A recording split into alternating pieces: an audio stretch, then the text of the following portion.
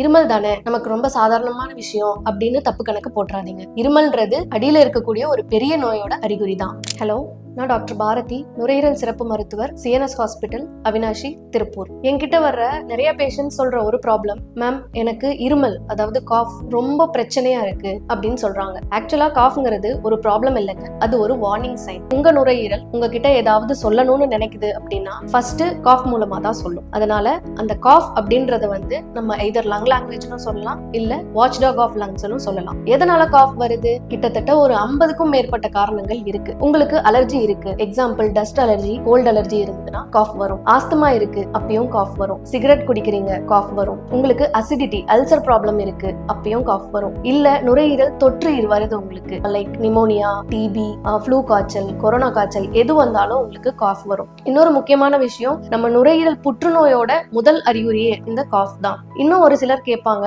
நுரையீரல் தொற்றுக்கு நாங்க இன்ஃபெக்ஷனுக்கு ட்ரீட்மெண்ட்லாம் எடுத்துட்டோம் மேடம், ஆனா காஃப் மட்டும் சரியாக மாட்டேங்குதுன்னு சொல்லுவாங்க. அது எதனாலன்னா அந்த தொற்றுனால நுரையீரல்ல உள்ள தழும்பு மாதிரி ஆயிருக்கும். அதுக்கு பேரு இன்ஃப்ளமேஷன் சொல்லுவோம். அந்த தழும்பு கூட நம்ம நுரையீரலை இரிட்டேட் பண்ணி நம்மளுக்கு காஃப் வர வைக்கும். அப்ப என்ன பண்ணணும் அப்படின்னா அந்த இன்ஃப்ளமேஷனுக்கு உண்டான ட்ரீட்மெண்ட் எடுத்தாதான் நமக்கு அந்த காஃப் செட்டில் ஆகும். தேங்க்யூ.